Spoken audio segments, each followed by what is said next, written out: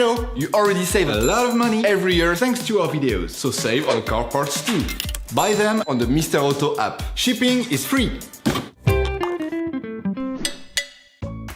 You will find the bulk brake discs and brake pads used in the video exclusively on the Mr. Auto website and through the link in the description. Turn your engine off. Pull up the handbrake. Pull on the bonnet release lever and open the bonnet.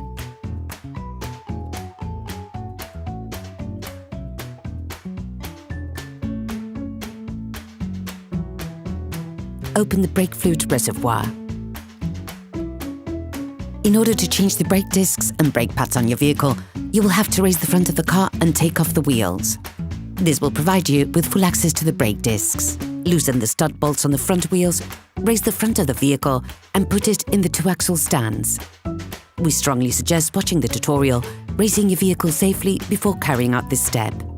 You will then be able to take off the wheels. Don't forget to slide them under the vehicle. Turn the disc outwards.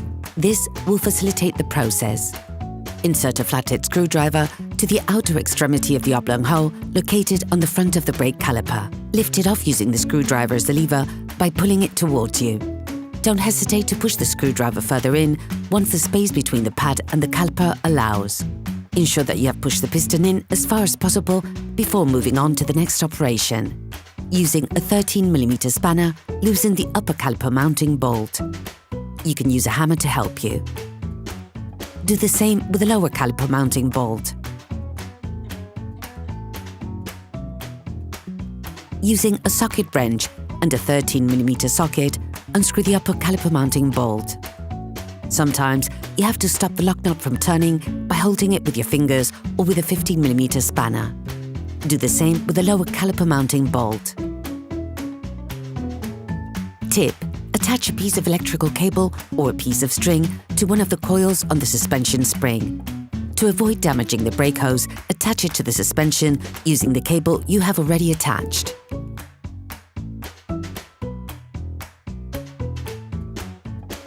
Remove the pads. You can slip them off by pushing them away from the disc. With a flathead screwdriver, remove the noise dampening shims.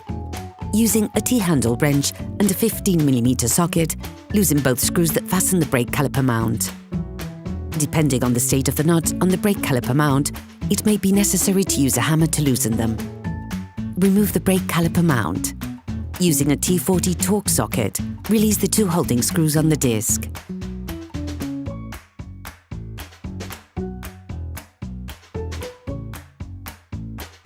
Finally, remove the disc. Clean the hub with a wire brush, and once that is done, coat it with copper grease. This will help avoid deterioration caused by oxidation and aid with future interventions. Take the new disc. Before posing the new disc, it is vital to clean it using brake cleaner and paper towels to take off the storage paraffin. However, if your new disc is painted, you can pose it directly.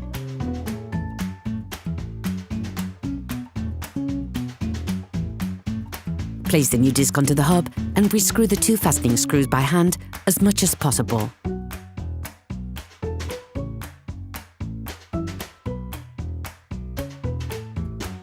Using a wire brush, clean the brake caliper mount on the area of the pads. This will make it easier to put them in place. Put the brake caliper mount back on, screwing by hand to begin with, and finishing with a socket wrench and an 18mm socket to fix it completely. Finish off the tightening with a torque wrench.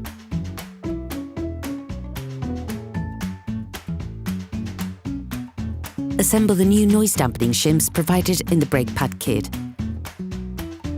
Insert a thin flathead screwdriver that can slip in between the two sides of the disc. You have to insert it in front of the brake caliper mount so that it butts up against the latter. Rescrew the two holding screws. Take the new brake pads. Coat the outside of the new pads with copper grease.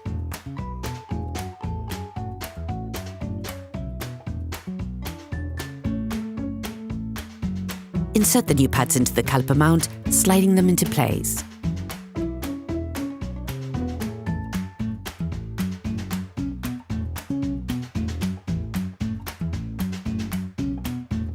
detach the caliper. Put the caliper back in place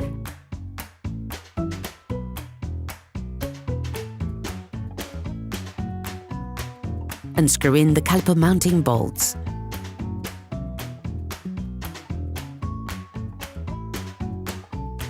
Don't forget to use the new screw supplied and which has been pre-coated with thread locker.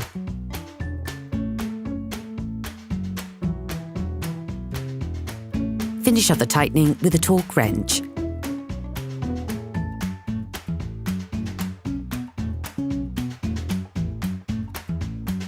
You can now repeat the operation on the other side.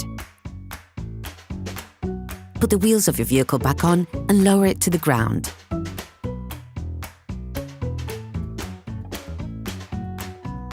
Before starting your car, don't forget to screw the brake fluid stopper back in. Be careful. Before using your vehicle again, start your car and pump the brake pedal a few times to bring the brake pads together again. Try to drive smoothly and avoid sudden braking for the first 50 kilometers or so to avoid glazing the new pads. Operation completed. Hello, if this video helped you, like and subscribe.